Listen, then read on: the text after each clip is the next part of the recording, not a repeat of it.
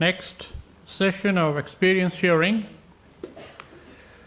The first school is XLRI Jamshedpur. XLRI, as you know, is among the top-rated business schools in the country. And one thing exclusive about XLRI is that they started conducting executive education programs as early as 1949, before even any of the IMs was born. So it's really at that time they had the vision that keeping people up to date in different sectors of economy is extremely important, and over the years XLRI has maintained and improved its standing, and everybody from XLRI speaks very highly of the culture of the institute. A few words about Dr. Raghuram. Dr. Raghuram has been in academics for almost 18 years, and he has worked with Wildlife Institute of India, Dehradun, Indira Gandhi Institute of Development, Research, and IIM Calcutta. He was a Fulbright Environmental Leadership Fellow at Kennedy School of Government, Harvard University, USA. His work explores the areas of environment, governance, policy, development, and interaction of environment with different economic activities. Professor Raghuram has a PhD in Biodiversity Impact Assessment. He is also the co-editor of Reconciling Environment and Economics and editor of Uttar Pradesh Environment and Economics. He was also the project coordinator of environmental economics research capacity in India. Now, may I request Dr. Raghuram to please share experience of XLRI. Dr. Raghuram.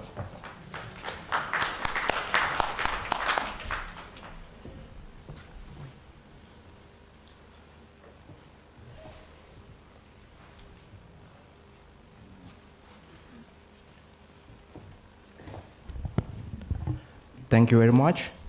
Thank you, ILM, for this great opportunity and taking the lead in organizing this event. And I wish you all a sustainable new year. Okay. It's much easier to say a sustainable year or sustainable future for the simple reason that if you look at the 10 global risks of highest concern in 2014 that were released to coincide the Davos Economic Forum, you can directly relate at least 5 of them to the sustainability or the social and environmental concerns, and indirectly another 3 of them draw their risks related to sustainability. Okay. Beyond that, there are winds of change blowing across the world.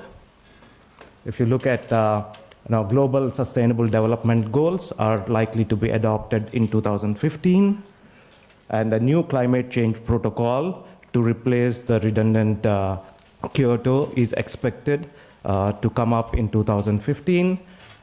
And there might be a paradigm shift from the common but differentiated responsibility, which was the foundation of the Kyoto Protocol, to common responsibility. That is, every government, irrespective of their economic status, developed or developing, have a responsibility towards reducing their greenhouse gases. That's the only way that global greenhouse gas concentrations can be limited, and the temperature rise might be limited to 2 degrees centigrade as envisioned by IPCC. And another important milestone that UN proposed and was widely adopted is the sustainable public procurement policies. And most governments have adopted this, and they're trying to put this up. Why did they do this? Is a simple reason. The Adam Smith's invisible hand of the markets, which are expected to take care of everything, have uniquely failed in addressing the sustainability related issues. That basically failed to integrate the environmental degradation or the externalities into the market forces. So, and the niche segment of customers who are buying sustainable or green products was so few, maybe 5% of the overall customer base, was not force enough to induce the manufacturers to adopt sustainability. So the next best thing that governments collectively could do is to include sustainability as a criterion in their buying, the global public spending, where the government spend and buy things from the markets runs into trillions of dollars. So immediately there is a huge pie ahead of the markets or the manufacturers to include sustainability if they want to access a small slice of that huge pie. Okay, at a domestic front, there are new winds in the sails in India.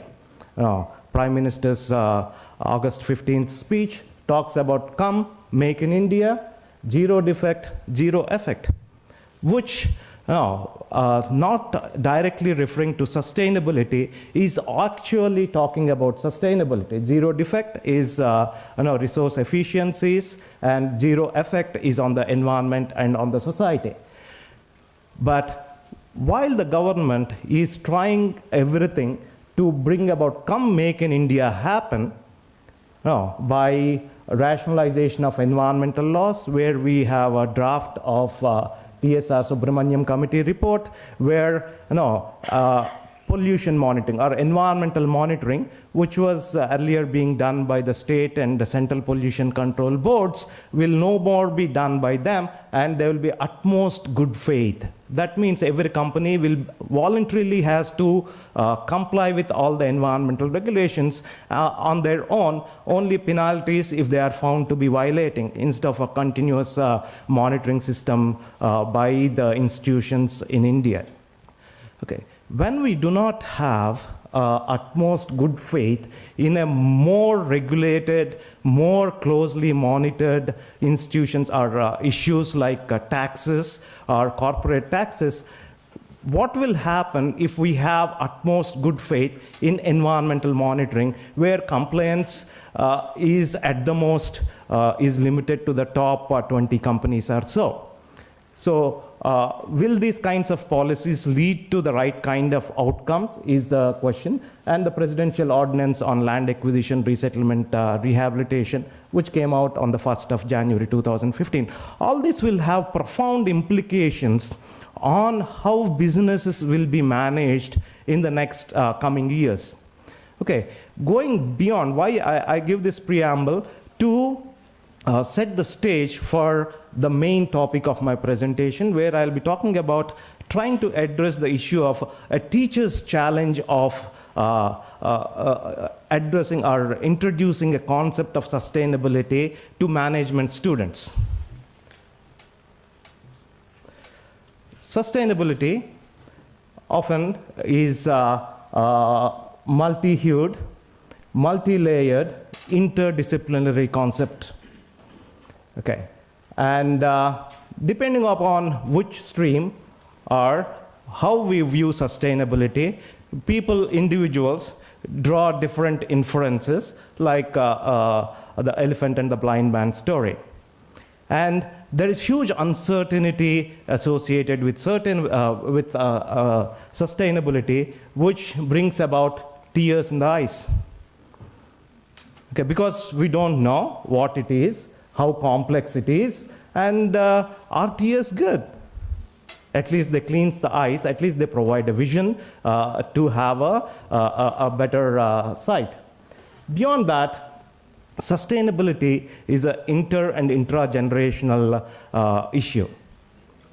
Okay, whereas the corporate decision making happens for the quarter, for the year, or in the stretched strategic 5 years vision.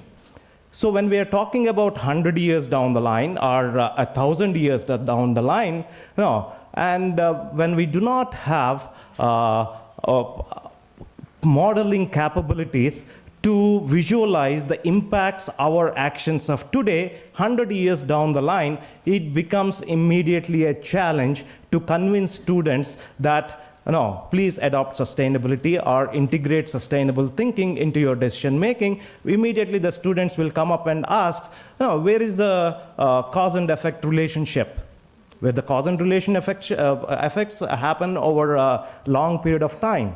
So it becomes difficult to convince students that sustainability is a new way of thinking.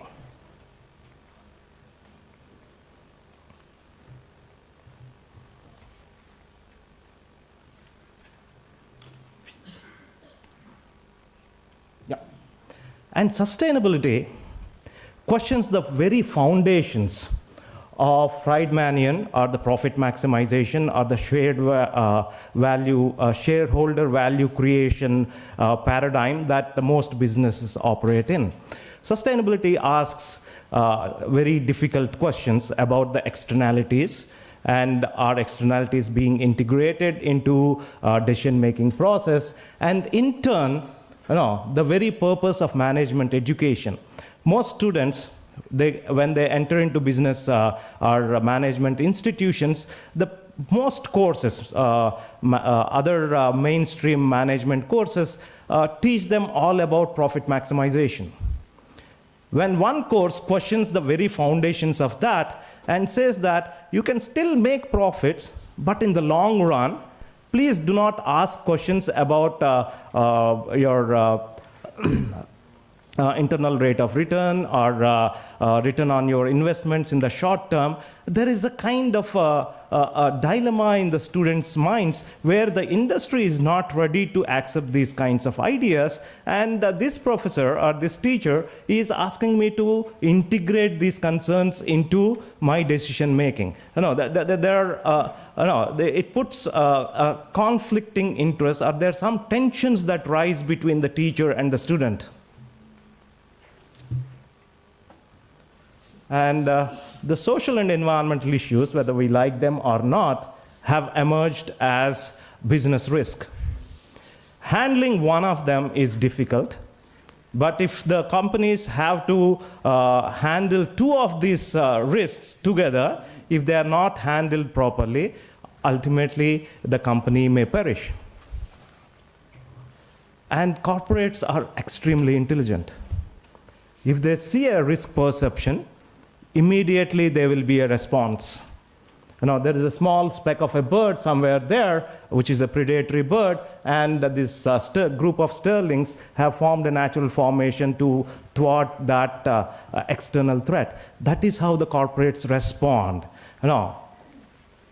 And we know the economic power that the corporate world has these days. If you look at the multinational companies, at the top 100 economic entities in the world, where almost 55% are the corporate entities, they yield extremely, they can lobby and change policies, and most of the policies are actually formed for in the interest of the business. So if there is such kind of a power, unless we bring in a parallel checks and balances checks and balances in place, the corporates may run amok. Okay, so with power comes responsibility. Okay, is sustainability, the concept of sustainability in its various dimensions, emerging as that checks and balances to rein in this extraordinary power that is being wielded by the corporate world? And then if the corporates accept that there is power and they have to be responsible, then responsible leadership in an emerging new world order where sustainability is the thing in policy making at various levels, then corporate responsibility becomes a very, very crucial issue. And then the need becomes, do we have capable managers who will integrate the sustainability concerns into business decision making? Then the role of a manager becomes far more complex than the traditional profit maximization manager or the transformational manager to someone who is a manager as a social systems architect. It is not only about the technical skills the manager has, but his ability to cooperate, co-opt, and collaborate with the external stakeholders immediately becomes extremely relevant. And from there, if you look at the Collins level 5 leadership, which talks about humility and will, fortunately I get some of the most brilliant students into my classes. Okay, and give them a mathematical problem, they will solve it in a jiffy. Okay, and they are arrogant in the sense that intellectual arrogance is there. But sustainability is a concept that asks us to be rooted and develop empathy for every other creature. That is moving from egocentric decision making to ecocentric decision making. And sustainability, on the other hand, is all about the paradoxical. The moment we accept that sustainable development mandates some trade-offs, we are talking about what kinds of trade-offs, how much to preserve, how much to conserve, how many resources to be left for the future generations, should we consume all the oil and carbon resources that we have on this planet. So typical questions, and it's paradoxical. And to be able to deliver a course on sustainability to students, one way of looking at is put numbers around and create compelling business case for sustainability. Okay, you move from incandescent bulb to LED bulb. These are the financial savings that you will have over the next year or the two. But sustainability, if you understand, if we accept that it is a much broader concept, it is going beyond these business cases. And sustainability as the purpose of business. What is the purpose of business? Is it only profit maximization? Does business has a social role? No. All these issues become very, very pertinent and challenging for a teacher who is trying to introduce these concepts into a management institute's curriculum or into the classroom. And the strategic relevance of sustainability is greatest now than ever before. And moving from conscious reactivism, that is being compliant, to moving towards unconscious proactivism, where sustainability is ingrained into the core of the organizational decision making. And instead of using sustainability as a mask or a PR exercise, integrating sustainability into the DNA of an organization, that's where the vision and the strategy originate. So then is when sustainability is expected to make the maximum impact.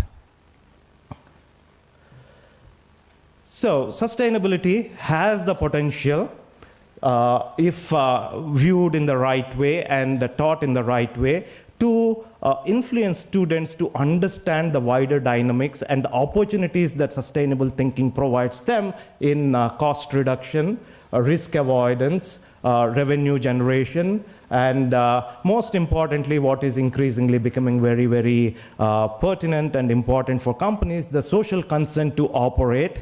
And beyond all this, adding to the brand image or the value of a company. That's where sustainability can actually plays a role. And when all these elements are put together, students, at least 75% of them, not all of them, do get convinced that yes, there is a value in sustainability and adopting sustainability or integrating sustainability into business decision making. But is it a numbers game? Typically, management institute students come with a huge intellectual capital at cracking numbers. Okay, the first thing that they ask is, if sustainability is going to be a problem, I have alternative technologies that are emerging. Okay, if we run out of oil, we'll have solar or wind or alternative energy sources, renewable resources. So why should I bother?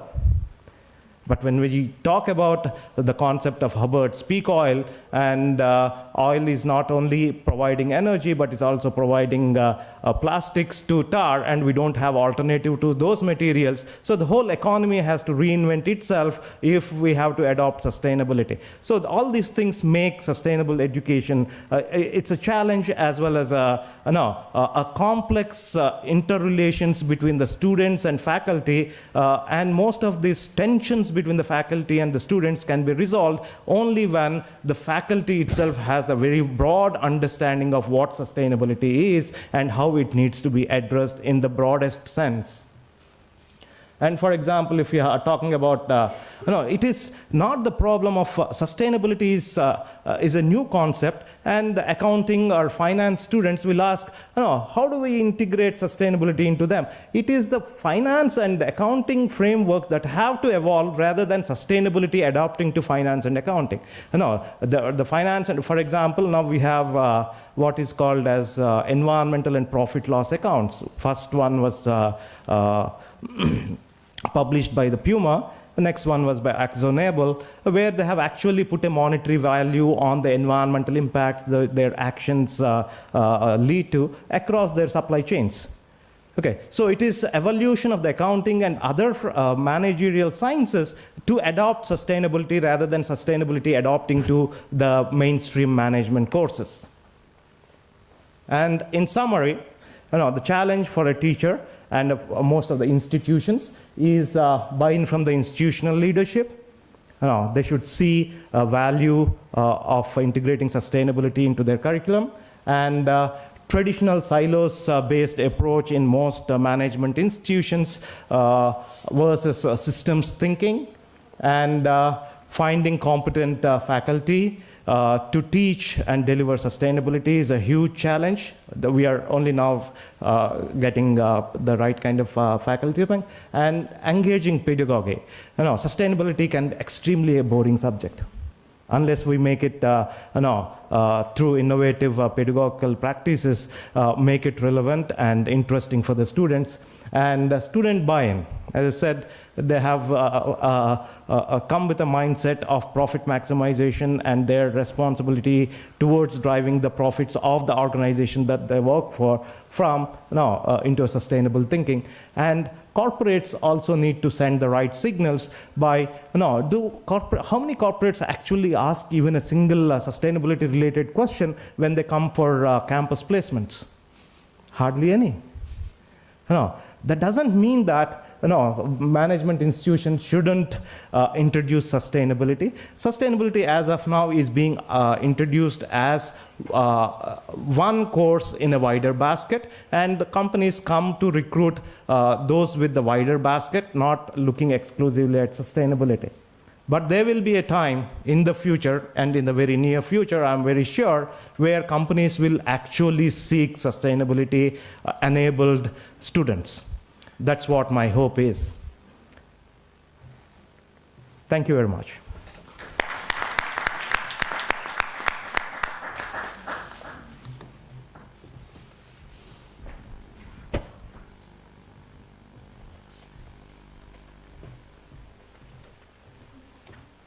Professor Raghuram, thank you for a very comprehensive and superb presentation and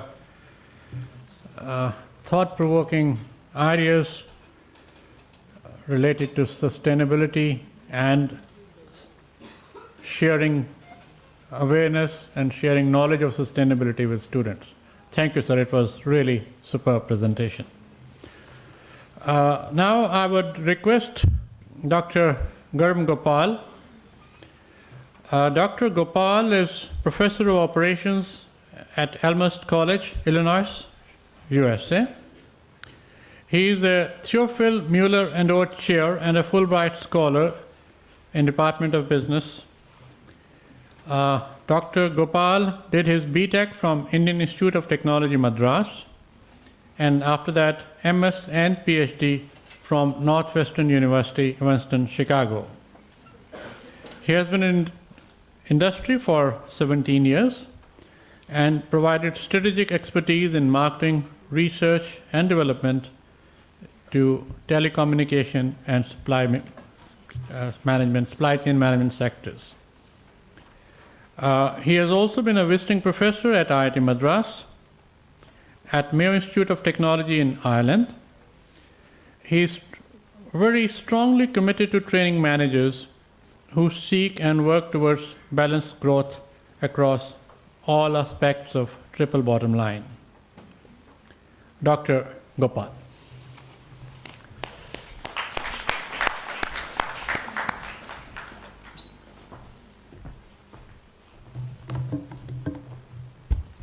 Good afternoon. Yeah. I want to start with thanking the administration of IILM, the Rai family, for organizing this event. Every time I go to one of these, it's really energizing. It's just energizing to see the students, the faculty, and so on. I want to thank Professor Rakesh Chaudhary for inviting me, giving me this opportunity. It's exciting to be here. One thing about faculty, many of us are faculty, we like to talk, yeah? So that's the easy part.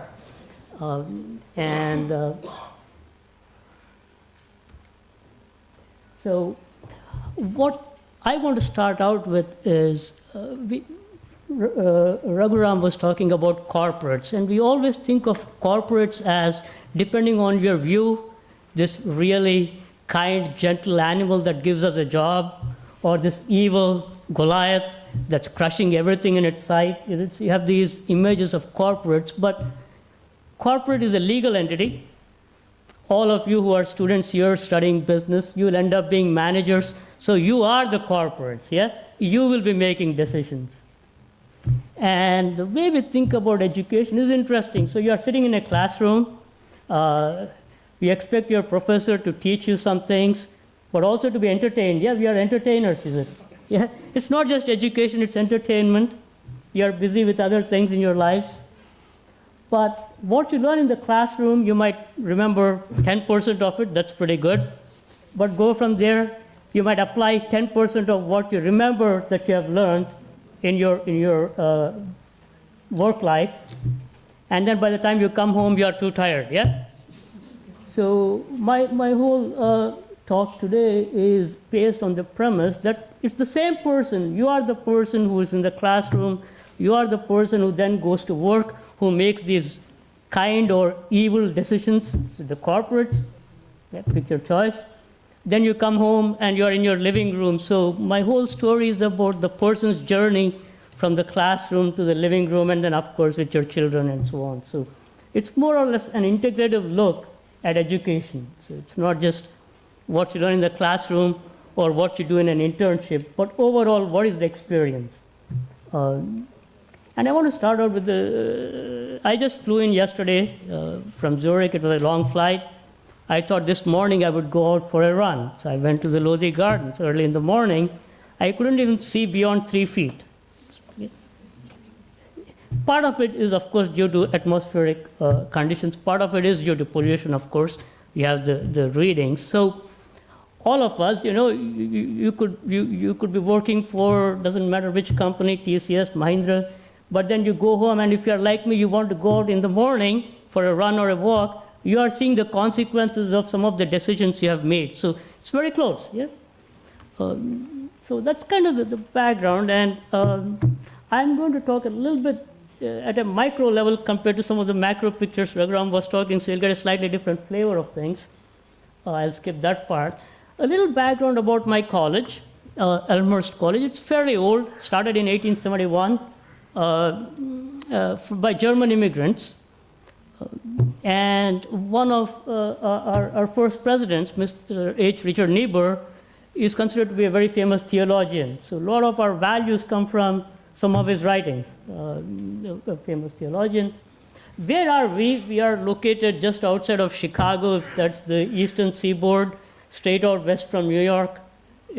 And here's a little detailed picture. We are about 30 kilometers out west from Chicago. So why is that interesting? Well, there is a main highway called the I-290, named after President Eisenhower. That road is as bad as going from Delhi to Gurgaon. Right? It's a nightmare. I have done it sometimes. But there's a nice train line that you can take that gets you from point A to point B in 20 minutes. So beyond being environmentally damaging, I'd be stupid to drive when I could save my time, yeah? So that's always a win-win, isn't it? So if life is made easy for you to make a particular choice, then the alternative, you will not even think about it, and the choice that you make by default ends up being more environmentally supportive. So that's the direction we want to go, because either mandating people to do something, okay, that has been shown to be somewhat ineffective, sometimes it works, or trusting that people will do good things is another one. But if you make life simpler for people to make a particular choice that is environmentally sustainable, I think that's where you will find the most success. So that's a little background about us. We are about 3,500 students, 404 students in the graduate programs, 151 faculty. The key story for us is we are, unlike, for example, the Harvards, we are somewhat smaller. So I get to deal with students on a more personal level. And so I get to shape some of the opinions of students as well. In the business side, we have a Bachelor of Science in Business. We have an MBA program like everybody else, but we also have specialized Master of Science programs in supply chain, accounting, human resource management, and healthcare management as well. So that's kind of the range of offerings that we do. Now, I'll start with our mission statement, because when we look at PRME or the SDG goals, most of us look at the corporate mission statement. An educational institution is an organization, by the way, you may want to call it not-for-profit corporate, but this is an organization, so we have mission statements and values, but who cares? Okay? We always walk by it. How many people read it? There's a power of reinforcement. So I always look at our mission statement, and the whole idea of forming students, shaping students for intellectual growth as well as for meaningful work. So when you're doing something for 60 years or 50 years at work, it should be meaningful to you. You should look back when you get home from your work, you go, today was the day fruitfully spent. You know, I worked hard, I'm coming back to my family, have I done something constructive? And so that's the idea. Some of our core values, intellectual excellence, of course, social responsibility, and stewardship. So when we look at PRME goals, they all match up to the core values. So one of the core values actually is the idea of values, and that's important for us in a way, because what do we like to teach students in business schools? Well, business ethics, I'm sure you have taken a course on ethics, otherwise you will, but how exciting is it, yeah? What students want to learn, and where we as an organization, as faculty, have taken management education is, we have tried to make it more scientific. So all of us would like to teach you new methods, new tools and techniques. Yeah? So start with Porter's 5 forces, analytical hierarchy process, structural modeling. We like to teach you tools and techniques, yeah? And then you feel that you have learned something, and then you go to work and you apply the tools and techniques. However, in all of those things, you either need inputs that you have to gather, or you have to interpret the outputs to make a decision. All of those involve some basis of values. So what are your values? And we generally try to skip the values, yeah? You don't become famous teaching values. You can become famous teaching new techniques. So that shift from purely analytical, purely mathematical, to some knowledge of choices, values, and judgments, I think is called for. So when I look at the SDGs, I picked 6 of them that are proposed. You would look at things like ending poverty. That's a value, isn't it? I mean, there is no scientific Newton's law that says you have to end poverty. So a lot of these are values-based, so one has to believe in it. One has to look at it every day. Achieve gender equality. It sounds right, but there is no law, isn't it? So no physical law. So it's something that we have to understand. It's values-based. So all of this depends on our perception of values. Stewardship is one of our college's core values. So being good stewards of human resources, fiscal resources, and physical resources. So we as an educational institution, we have to care for our students. Our students are here for 2 years. You have given us your time. We have to be good stewards of your time. We have to be good stewards of your physical resources.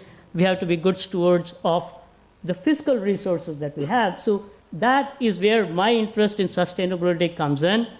So it started in 2007 actively. I've been doing a few things before it. But in 2007, it hit me that, especially in urban areas, there's a big disconnect between students. You drink water every day, you open the tap and you get the water, but students don't have a concept of what it takes to get the water into your tap. So you ask students, why are you buying bottled water? Well, tap water is not safe. Okay? Tap water doesn't taste very good. Find the reason. So what I did was I took students to actually the water filtration plant in the city of Chicago. So that is where these huge pipes that are a few meters in diameter, massive ones, go out a few kilometers into the lake, actually take the water in. From that point onwards, how the water is treated, how it gets into their tap. And after seeing all of that, I took them to the other side of the fence, which is the wastewater treatment. So when you flush the toilet, what actually happens? So to close the loop, to have the students develop an understanding of all the resources that are being consumed in that process, and why, if you are choosing to use bottled water, the cost that you are paying, because the costs that you are paying are not necessarily equal to the price you are paying for the product. The cost is actually much more than the literal 10 rupees or 20 rupees or 30 rupees you pay for the water. The real costs are much higher, which are not in the price. So started with that. So that seemed to be pretty effective. Then I started taking students on other tours to get them to the real aspect of how things kind of hit. To give you an example, the bottom left picture, I had a group of students do an electronic recycling event. And the students collected more than 60,000 tons of electronics to be recycled. 60,000 tons, I'm not kidding. Okay. The people had these huge TVs from decades ago that people brought in, and we had to collect all of that. And that's just a picture of some of the recycling stuff. Again, to bring students into the idea of every time you throw away a cell phone, what happens? Then students would say, well, this material is collected, then where does it go? Then you have to talk about what happens to the subsequent processing. How do you know that the recycler is doing what the recycler claims to do? So trying to bring the education of business down to a more grounded level. We got a number of awards. The top left is one of our students received an award from the mayor of the city of Chicago. The bottom one is in October. We got an award from the Illinois Governor's Office for Sustainability. So we have been recognized for some of our efforts. The top right is a picture with Robert F. Kennedy Jr. He is the nephew of one of the nephews of John F. Kennedy, the president, Robert F. Kennedy Jr. And he was talking about green capitalism. And that was very interesting to students, especially our business students, because his basic premise was that the price of the products that you buy do not reflect the true costs. For example, you go and eat at McDonald's because the product is very relatively low priced, but does that price include the total cost, includes the healthcare costs, exactly all the costs for the product. So one of the things we have done, for example, is put water bottle stations where you can fill up your reusable bottle with filtered water. So you don't have to go and buy a new plastic bottle every time. You save money, and it's easy because it's there everywhere. You just fill up your bottle. All right, moving on. We also did an experiment. What I do every year is I take students and have them do a waste audit. We all dispose of waste, isn't it? Either sometimes you have bins, recycle bins, or regular trash. well, who cares, yeah? Yeah. So we had students actually do an audit to find out, are people disposing of things in the right bin? So for example, the bottom one, if you look at stuff that was put in the bin labeled landfill, only about 20% of the material that was put in that bin really should have gone to the landfill. The remaining 80% of the material could have been recycled or composted. But 80% of that material ended up being put in the landfill bin. So by doing these things, we are getting students back into touch with what actually happens with the basic cycle of sustainability. We have some solar panels on top. I'll skip this slide. Some efforts for us have worked well. So if you look at management education in general, student-led efforts seem to be doing well. So we can talk all we want in terms of lecturing to students, but student-led efforts, I think, have done pretty well. So for example, we have a competition among students for either it's case-based competitions or a new business competition, and the winner gets something called the Green Cup in addition to a monetary award. So that has worked well for us. We have a Living Green team. I know Lodi Road is not residential, but Gurgaon and other campuses have residential facilities, isn't it? So one of the observations that we have made is classroom, and what you hear in the classroom is only a small part of the learning. So what happens in your hostels, for example, is a significant part of your learning as well. So we took some of the principles of managerial education and we incorporated it into the hostel life. Okay, a structured way of doing things. So it goes from the classroom into the hostels and then into the work life as well. We do composting and so on, skip some of those. Zero waste events is another one. So if you're in the corporate sector or if you're in any sector, you'll be organizing events. So try to have a goal of zero waste. Well, it saves money, of course, but in addition to it, you are far more kinder to the environment. So what does it take to have zero waste? Literally zero waste. So if you have that as a goal, and every year you try to reduce the amount of waste you are putting out, eventually you'll be far better off. So that, I think, having the students buy in, having the organization buy in, having the managers buy in to having zero waste. That's our goal. Has been fairly successful as well. We have a garden and so on. Skip some of these. The point behind this is, I think education has to be global. So of course, I encourage all of you to travel abroad, but it's only through traveling that you widen your horizons and you see what is possible, what has been done in other places. So if you look at some of the students from Germany who were in my class a few months ago, this was in November, they said, we haven't seen as many students with as many cars in Germany. I think Jonas would agree, yeah? So in Europe, it's not very common for students to have cars. Whereas I think in India, I think the trend is towards more students having cars, isn't it? Yeah? Increasingly, yeah. Some of them have nicer cars than professors, isn't it? Yeah? Very often. Yeah, very often. Yeah? So I'll skip some of these as well. Getting to an integration of managerial education into the curriculum, I want to spend a couple of minutes on it. As I said, classroom learning is only one part of your overall experience. What happens with outside of the classroom, with co-curricular activities and with extracurricular activities is very big. So this is a framework for integrating sustainability into the curriculum. And the idea is take what you have, enhance it with more material in the current courses and add new courses. And depends on the program and where it is at. So for example, if you want to have a very broad program with new structures, then you have the ability to create new courses and new programs. And so it's a framework for looking at things. Some of the things we can do, for example, guest lectures and field visits and travel courses and so on. One little story I had, I was teaching a class on supply chain management. And I had a student, one of my former students come in, and he works for a recycling firm. And the first question that one of the students asked was, so you work in the garbage business? Yeah, okay, fine. Next question was, how much money do you make? And the person said, well, I make in 6 figures. All of a sudden they realized there is money in garbage. Yeah, so how can we do it smartly? So having those kinds of experiences, I think, has helped quite a bit.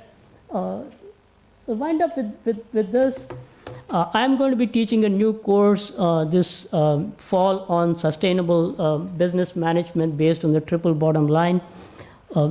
I think at the end of the day, unless we as faculty come up with something creative and we demonstrate that we actually adopt it first before we teach you, it won't be successful. So I want always to be the first one to say, I have done it, before I ask somebody else to do it. So this course will be based on some of my own experiences and based on the triple bottom line. Another aspect that I think is very important is business ethics has shown us that as long as you create one course on business ethics and leave it at that, that's not very successful. So how do you get sustainability really into the managerial education is not by having one course in sustainability or a certificate program in sustainability, but really having that concept be embedded in what you do. So if you take an accounting course, it just is part of accounting. If you take a finance course, it's part of finance. But how do you get faculty as a group to commit to incorporating it and threading it across all the disciplines? We have done it with something called writing across the curriculum. The whole idea was you take one course on writing and you'll become Shakespeare, yeah? That didn't work. So the idea is to get good writing skills, you have to practice it across disciplines. And the same notion with managerial education is you have to do it across disciplines. And I think a sustained effort is probably needed there. Some of the challenges, I think, it's always with faculty first before students, I'll be honest, that sometimes we don't get engagement from everyone. I think traveling abroad is a big factor. So what I have seen is faculty who have traveled abroad are more committed to these sorts of initiatives than others. So my encouragement is always to travel abroad. There are always fiscal challenges as well. So I'll stop here. I think the fiscal challenges are always short term. We can always overcome those, but getting commitment from people is always important as well. So I'll stop here. Thank you very much.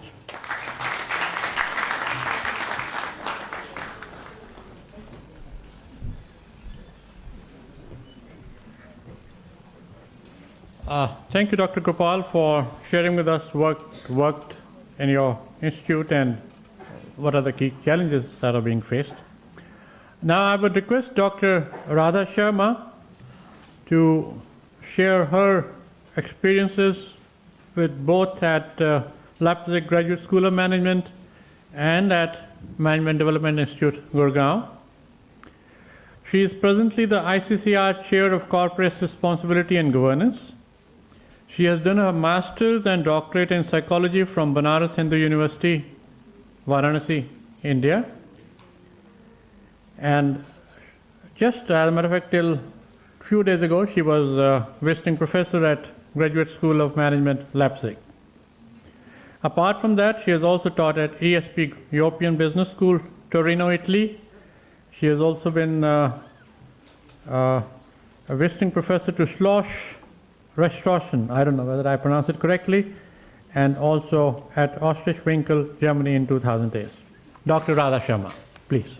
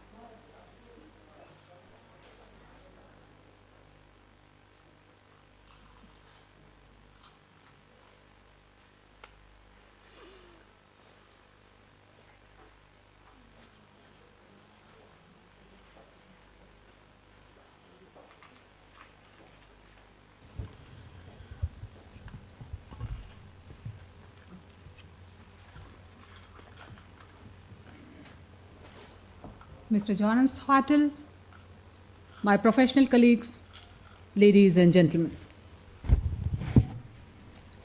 As introduced by Professor Rakesh Chaudhary, I'll be representing two institutes here.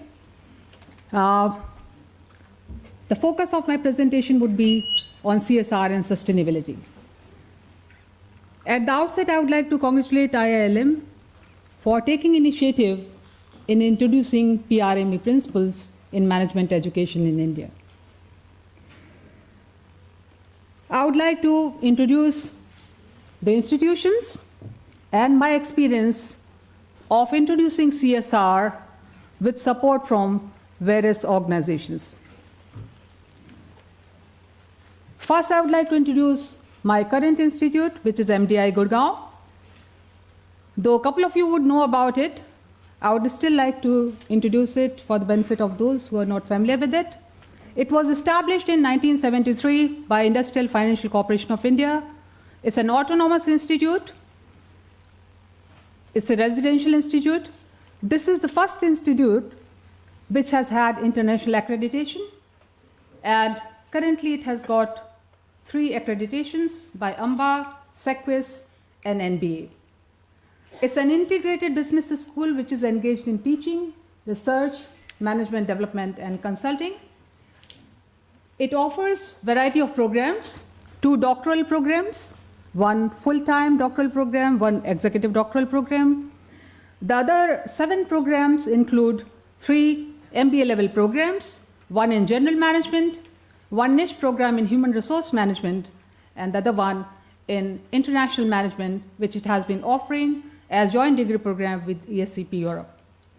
There are 4 executive management program MBA level. 1 is consortium MBA, which it does for the industry with people with 15 to 20 years of experience from a variety of industry. Executive MBA, niche program in energy management, which is for the power sector, and we have the distinction of running a program for the central government and civil servants, and for the people from the ministry and parliament, which is called public policy management. I am using the term MBA for the benefit of those who are not familiar with the PGP, but these are MBA level programs. The school has been consistently ranking among the top 5 B schools according to various rating agencies. It has over 68,000 executive alumni through various management development programs over the past 40 years. It has been a leader in intellectual capital, has ranked 1, 2, or 3. 2011, India's Best B School Survey, it ranks as number 3. It has a strong industry linkages. All the students are placed well before the placement week. Strong linkages with government, not only by running these long-term programs, but we do a lot of work with respect to projects, programs, and also we are involved in policy making. We have a strong international linkages, and we have got our partner institutes practically in every continent. I'll show you a glimpse of these schools in a short while from now. We have been highlighted as a differentiating institute by media on intellectual capital and links with global B schools. So these are the various institutions we work with on sustainability, public policy, CSR, general management education, international management education. And as you can see, these are the top schools across the globe: Australia, Austria, Belgium, Canada, USA, France, Italy, Bakuni, all these schools that you are already familiar. In USA, we work with Bentley College, North Carolina, and other universities. Now coming to CSR and the values, I would like to share with you the mission of MDI. It is to create both at individual and at organizational level cutting-edge capabilities through value-based education, action-centric research, and value-added consulting. This is the campus. As you can see, it's a 40-acre campus, which is very green. We have got a golf course on the campus, which is 8-hole, and that's what is being taken advantage of by the executives who come for education or for management development program. This is the initiative of CSR, which we launched with support from British Council in 2002-2003. We got faculty resource from New Academy of Business UK, and I was privileged to be associated with this program to be launched for management education in India for the first time. We were trying to introduce CSR as a course, and for which we needed to prepare faculty and industry. And the challenges that many of my colleagues have talked about, I faced tremendous challenges.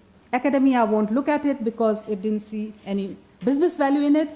And the industry would tell me frankly, even the friends in the industry told me, oh, you're trying to create deeper holes in our pocket. We are trying to make profits and you're trying to create holes. So they were not coming forward. However, we were able to mobilize people from leading business schools, from IIMs as well.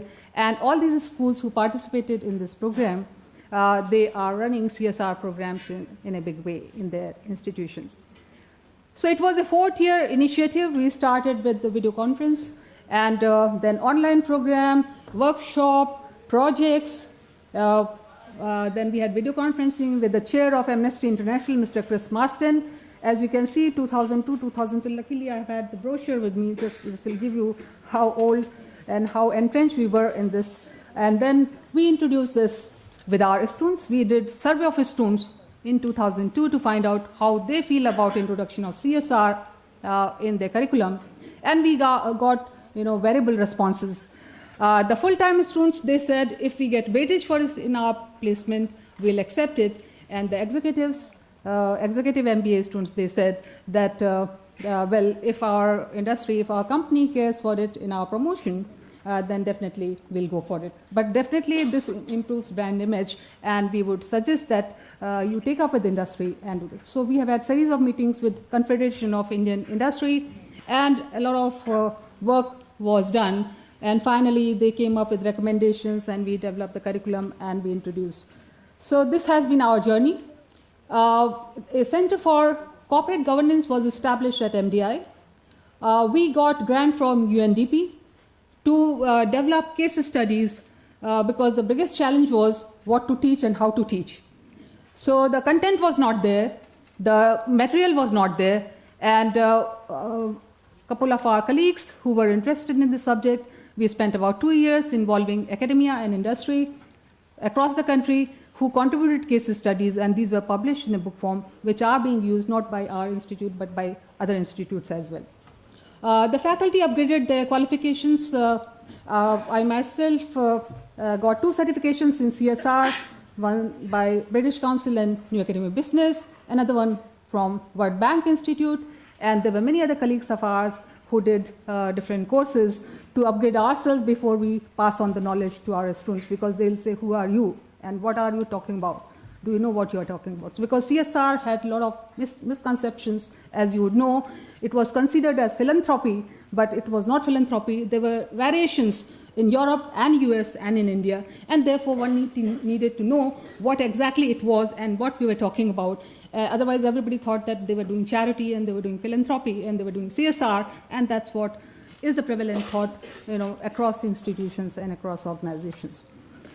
So we were engaged in knowledge generation and knowledge dissemination. We published a number of books and papers and case studies. I'm not able to list out all those here, but a few publications are here which are focused on CSR, concept and cases, Indian experiences, corporate governance, critical issues, corporate social responsibility, a study of CSR practices in Indian industry, which was published by Vikas in 2012, Boardroom 2007. We have had a number of international publications, case studies published with Palgrave Macmillan, IB International Canada, Emerald Journals, and our students increasingly started, taking up projects. We have had projects funded by World Health Organization and Indian organizations, funding agencies like All India Council for Technical Education. A series of projects were done, and a kind of culture for social responsibility was created at the institute. Our faculty participated in international conferences. We co-hosted conferences on sustainability. We participated in URAM, Academy of Management. We participated as presenters and as We presented paper on green management at the Academy of Management in 2008, 2009, and it has been going on. Our faculty also work on green management, green HR management, so we are deeply into it. CSR is offered as a core course in our MBA program and in our public policy program. This is aligned with PRME Principle 1. CSR electives are offered in mid-career programs, national management program and executive program, and also PhD program, again aligning with PRME 1. PhD work, several scholars have already completed their PhD on sustainable logistics, microfinance, stakeholder management, and so on, and the journey is on. A lot of them are in the midst of it. Business ethics is taught as a course, as a core course in all the programs. Responsibility has been integrated into OB curriculum by introducing various topics, and not only the topics, they actually work on projects, and they are assessed on these projects, and they do live projects with the industry as well. Leadership course also includes values and ethics. Environmental issues and legislations, they are focus of energy management program and public policy program, and students do a lot of projects, academic projects on inclusive growth, poverty, social issues, rape and things like that, gender issues, and so on and so forth. One such research we'll be sharing tomorrow. So we sensitize the students to the impact of global warming or pollution on environment. So we give them, and in fact, Dr. Raghuram had beautifully highlighted those pictures. Pictures speak better than words. And so when you show the pictures, students really feel attracted, because these courses are in general quite boring. So it's not only that we include it in the curriculum, it's a way of life in teaching, learning, and evaluation. And how do we do it? We involve the stakeholders in the curriculum development as well. We involve industry, we involve government, we involve from NGOs who come and help us design curriculum and also deliver curriculum, and they also participate in the admission process. We do expectation setting with the students, and they evaluate the faculty in a very frank, and we have open house evaluation, and a student can tell on the face of the faculty whether what the faculty was delivering was relevant or not relevant. They do academic projects on sustainability, green management, gender issues, corruption, ethical issues, and so on. Transparency is the way of life. Every student gets to see the transcript, and they can challenge the faculty if they feel that they have not been fairly evaluated, and the faculty has to consider that. Well, reactive and proactive, both are done. Ideally, it should be proactive, but we do plagiarism check for every report that is submitted by a student for their final project. Even PhD theses are put through the software, and then after, when they are within limits, they are allowed to be submitted, and our PhD theses go abroad. So we have one external examiner for all the PhD theses. Thus aligning with prime principles 3, 4, 5 in different ways. So this was about our teaching learning process, about management development. We have been doing a series of corporate stakeholder dialogue meets on our campus. We were, in fact, we got a lot of requests from industry to hold these stakeholder dialogue meetings, and we did that. Our institute has been doing a lot of MDPs on corporate governance for top management and board members, again sensitizing them about the issues of governance and ethics, values, and so on. Research and action research by faculty and scholars on well-being, gender issues, social issues, green management, sustainability, and we do advocacy, which is prime principle 6, through conferences, professional fora, and through media. If you Google, maybe you will find some news reports about the students' work in the media about it. To name a few, these are the initiatives taken by students on their own, voluntarily, aligning with PRME principles 2, 3, and 5.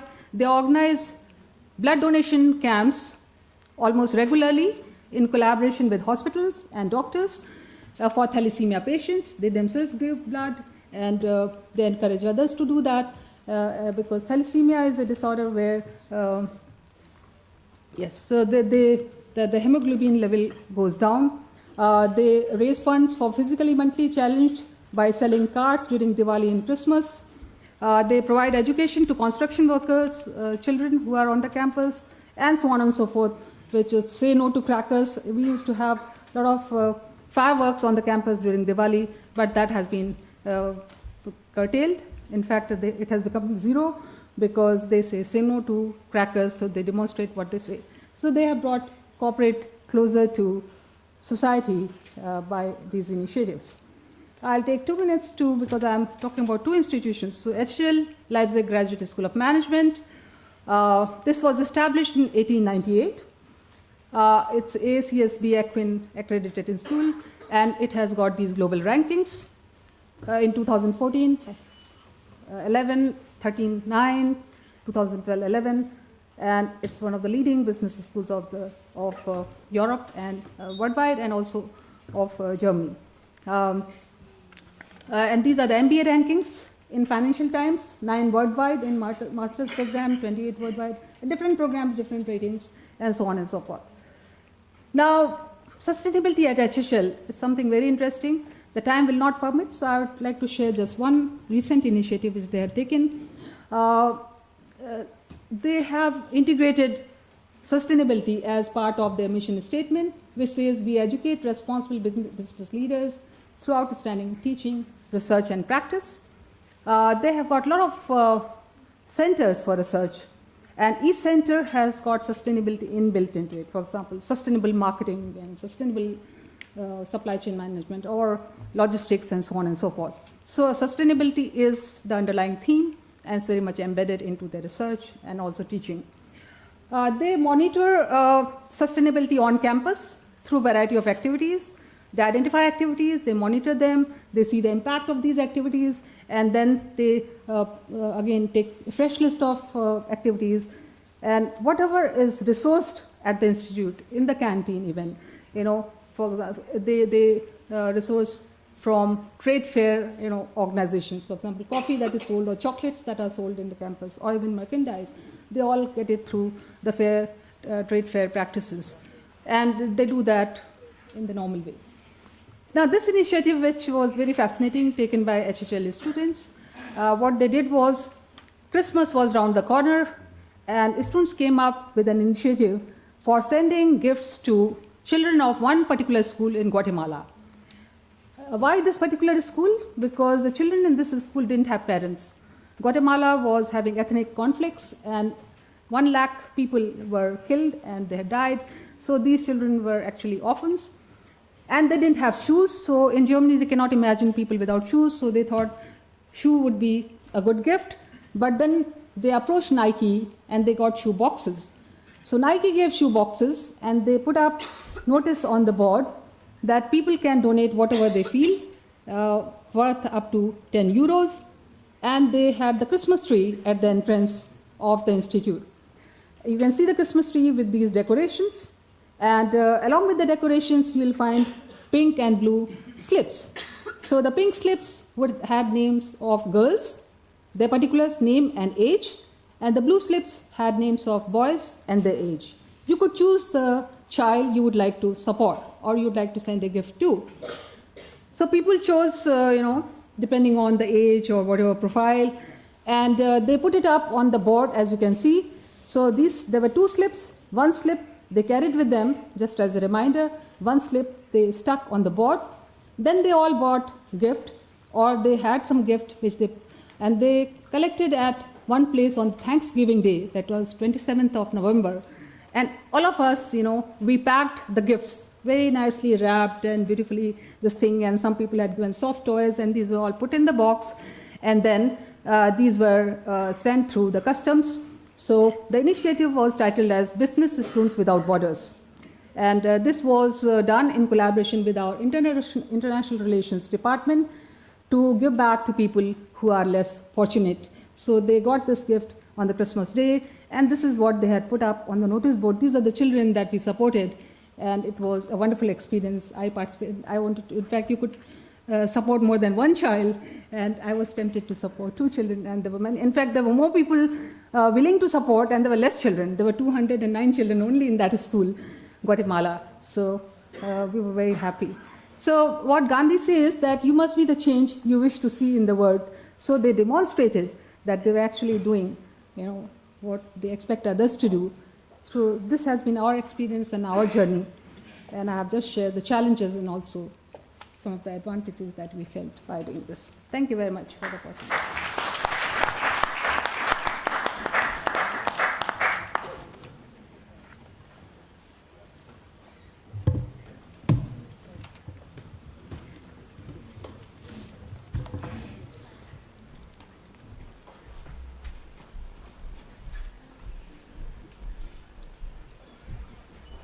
Dr. Sharma, for sharing your experiences of MDI and Leipzig Graduate School of Management. Now I would request my colleague, Dr. Preeti Srinivas. I'm sorry, I'm putting a bit of a constraint on you. We are already over the session time, so I would request you to please keep your presentation between 5 to 7 minutes. Yes. Thank you. Thank you. Try to do that. Thank you.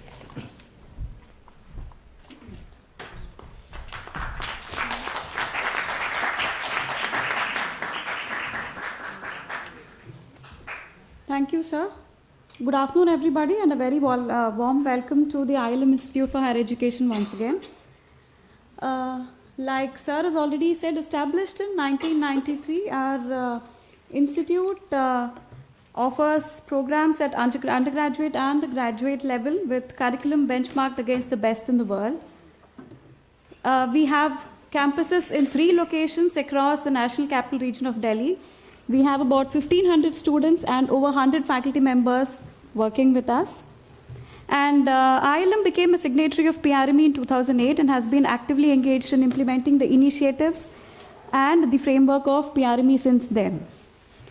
Speaking about the vision of our statement, Professor Gurram Gopal has said, that vision statement is usually a statement to walk by, but rather we were trying to inculcate our mission statement in our curriculum. How we go about doing that is all the modules taught in our program level in our programs are all mapped according to the contribution made to the attainment of the program level goals. Such mapping ensures a clear linkage between the module level teaching and the institute level goals, ensuring that the institute vision is taken forward throughout the program structure. To reiterate our vision, the vision states that the ILM will be a leader in responsible management, education, and business-focused research. So it is made sure that our vision is taken through the program, through the mapping of the modules that are offered in the programs. Further, we also have something called the program level interventions, as a part of which we have introduced new papers called Responsible Business and also a workshop on corporate social responsibility. These kind of new inculcations enable students to widen their perspectives, develop their sensitivity to issues of global concern, cultivate skills through practice sessions, and enhance their employability level also. Further, we also have something called a program level goal. So as a part of our module level interventions, we have something called a program level goals, 9 in number, one of which specifically states that be sensitive to the social, economic, and environmental responsibilities of business. And when we mapped all the modules which have been offered as a part of our program, it was discovered that in all about 24 modules taught in the graduate program are linked to this level, to this program level goal, which is related to developing sensitivity to environmental, social, and economic issues. So in a way, we are trying to incorporate sustainability not just as a module in itself, but also trying to embed it in each of our modules which have been offered in our program. And speaking about involving stakeholders at every which level, ILM organizes field trips on a regular basis to acquaint students with the real life situations. Industry visits are also organized to the factories and the organizations in the vicinity of Delhi NCR. Such visits offer excellent opportunities to students to imbibe firsthand the concepts taught in the classrooms. So in a way, we are again trying to imbibe what the corporates need, vice versa, what is being taught in the classrooms. Going ahead with some more programs which are being offered by ILM. ILM offers also a wide range of executive education programs which is structured as per the requirements of the participant groups. Some of the noteworthy inclusions here will be the short-term service training programs which are run for the IAS and the IPS officers, and the management development programs for the SMEs jointly with the PhD Chamber of Commerce. The ILM IBM Foundation Management Program, which is offered for Band 5 IBM executives, and the customized programs for the executives of public sector undertakings, which is spread over about 1 to 2 weeks. These are some of the programs apart from the graduate and the undergraduate programs that have been offered as a part of our institute. Also, short-term programs are run for international students for about 2 to 4 weeks here at ILM. The visiting students get to interact with the ILM students, and in a way it is providing a platform and a great learning experience not just for our students but also for the foreign students who are visiting our campus. When Professor Gopal spoke about teaching the faculty what sustainability means so that the faculty in turn teaches to the students, we also believe in that principle very, very vigorously. In fact, taking this forward, we have FDPs, that is the faculty development programs, almost one every week. So in this, it is not just the in-house faculty, but also sometimes we have eminent faculty from the industry and the academia coming and addressing our faculty and the students also at times, and to take sessions for enhancing the skills and the capabilities of the faculties. As a part of these, noteworthy to be mentioned in this list would include Professor Venkatraman from the Satya Sai Institute of Higher Education, Professor Pandit again from the Sri Satya Sai Institute of Higher Learning, and very recently we had with us the former Minister for Human Resource Development and the Member of Parliament, Dr. Murli Manohar Joshi. He had addressed all the students in the faculty on issues of sustainable consumption, vice versa sustainable development, the limits to growth, the inequitable distribution of wealth, and the 80-20 Pareto principle. In fact, this has been so motivating to us that we have one of the sessions on the 10th of January which will be discussing this issue as the main theme. Going further, we also believe that learning does not happen in-house alone. So continuing with the knowledge dissemination and imbibing initiatives, it is pertinent here to mention that Professor Rakesh Chaudhary, the Senior Director of ILM, addressed the plenary session on corporate governance and business ethics at Institute of Directors, the 14th London Global Convention in October 2014.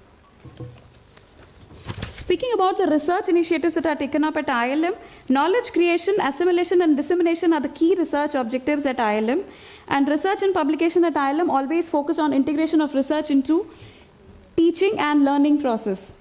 To this effect, we have the objectives of the ILM research activities listed down as to develop a research culture and to work out a research agenda for the implementation of the same, to integrate the research outputs with the curricula throughout the teaching process, and to effectively disseminate the research output for greater visibility amongst our key stakeholders. In this connection, I would like to mention that we've had as many as 18 faculty publications and presentations, 14 MDPs and training programs, and almost about 20 plus occasions of participation in various conferences and discussions by our faculty members. These numbers show how keenly interested our faculty members are in the direction of PRME. The numbers which have been just quoted are all in the direction of responsible management. So ultimately, all this research is flowing into teaching and learning, which happens through the programs. And like Professor Chaudhary has just mentioned, we'd also had a call for papers from various business schools for presentation in the present conference. Some more initiatives that have been taken up in this direction were research related to responsible management has been taken up to a step further by ILM companies, because there is a study called Responsible Business Practices in the Top 500 Companies, which is being taken up by ILM. This concentrates basically on the Financial Express 500 list.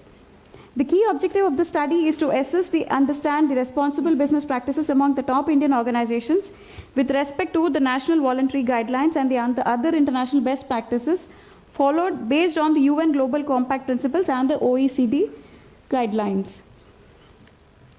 Further, we are also having research awards been started from 2015, aptly named A Life of Significance, Leading Responsibility,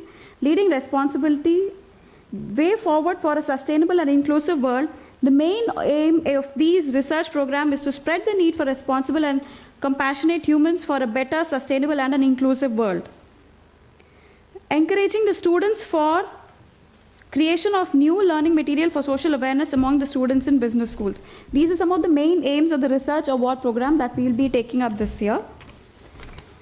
Similar to some of the campus practices which were discussed by Dr. Radha Sharma and by Dr. Gurram Gopal, we also have a lot of initiatives being taken up by, in our institute. In fact, we have a club called ICHA, which is an acronym for ILM Community Harboring Hopes for All. It's a volunteer-driven program at ILM. Some of the activities worth mentioning in this forum would be the sessions which were taken up for grooming of the slum women the last year, skill building for women of low-income families, and vocational training for slum children. Also, there was a Buy Some Wishes, an NGO fair organized, which was aimed at creating greater opportunities for the NGOs to come up with revenue generation. There was also a Vastra Samman campaign organized in our campus last year, which was aimed at donating old clothes, footwear, and other household utility items for the underprivileged society. There is also another school called the Roshni Rai School, which is being run, which is an initiative by the ILM. This is an afternoon school run by the ILM, and the students are here not charged any fees. In fact, the study material and the books are also distributed to them free of cost. Some of the students and the faculty of ILM are kind enough, in fact, to take time out to participate in the teaching activities of the Roshni Rai School also. And to keep up with the latest initiative which is being taken up by Prime Minister Narendra Modi, the ICHA Club also organized a cleanliness drive very recently, where the cleanship of the surroundings was taken up along with sensitization of the people from the nearby slums. So this is very similar to the sorting bins that Gurram Gopal sir had just mentioned. So these are, in very, very brief, few of the initiatives that have been taken up by our institute as a part of responsible management. Thank you very much.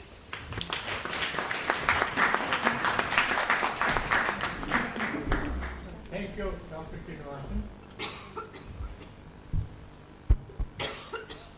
We are very short time. Possibly what we will try to do is just have two questions over next 3-4 minutes. Or maybe some observation.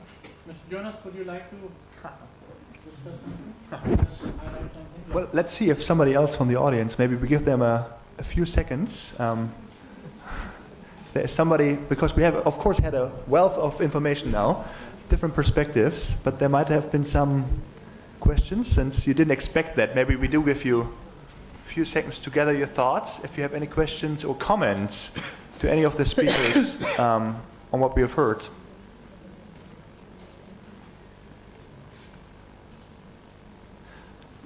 If not, I have a question. Yes, please. But maybe a very brief one, because I think we've heard from many speakers here different terms used. I mean, I've picked it up because I wrote it down. I mean, I've heard, first we've heard about sustainability, we heard about CSR, we heard about value-based education, we heard about responsible management education. So I think there is an increasing number of words we are using for concepts which sometimes are very similar, but they also have something. I mean, they must be different because the words are different. So I was wondering to my fellow panelists, I mean, are we in a stage where we need to look a little bit at the content of the words we are using, or is it good to have such a wide variety of approaches? I was just wondering what you have picked up from the other presentations. We have a wide variety of topics, wide variety of context, of course, but I was just wondering if you wanted to comment on the different words, different connotations we've used here. In the Indian context, I view the whole terminologies that are used in three different perspectives. One is corporate sustainability, where resource efficiencies and environmental management practices come. That's where the heart of within the boundary activities that are taken up by the corporate world or the companies. And the next one is interface with the external stakeholders, the CSR sphere. And the outer layer is the broader concept of sustainable development. Now, sustainable development has multiple dimensions to that. And on the other hand, when you talk about responsible management education, it brings in the elements of ethics, codes of conduct, and norms and value systems. And I did not touch them particularly in my presentation because at XLRI we have a full course on managerial ethics, and wait to cover them. Now that's how I distinguish CSR from corporate sustainability and sustainable development. Keep them and add them.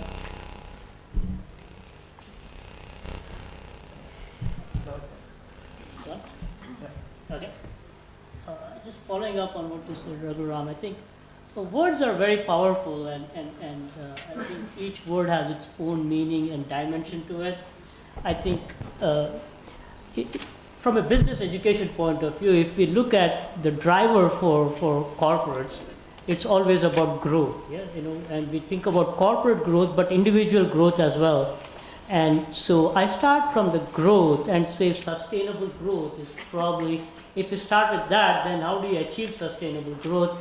Sustainable development, sustainable management kind of fall underneath it, and then you can get more granular as to what sustainable management should be, and then and so on. But it ultimately ends up, whether you read business books or theology books, doesn't matter. It's always about growth, and how do you get to a growth that is sustainable is what we are after. Since we prepare students for industry, they join the corporate world, so we feel that they have to be responsible managers. And in order to be responsible managers, their values need to be right as an individual. And then how the corporates going to affect environment, because if they are not responsible, if their values are not right, then environment will be affected. That's why it's sustainability. But we do not go as much deep into sustainability and sustainable development, which will have so many laws and so many things. So the focus is more on CSR, which relates to managerial function, and ethics, values, and sustainability is offered as a course. For example, for people who are from maybe the energy management program, they will go for environmental laws and those legislations and those kinds of, but it's not offered to everyone on a larger scale. But these two courses, ethics and CSR, these are core courses.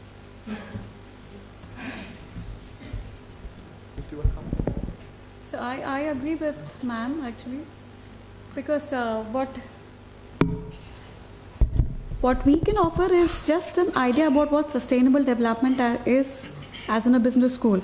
But if students are intent upon learning in detail about each of these courses, I think it should be dealt with at a different level, not in a business school.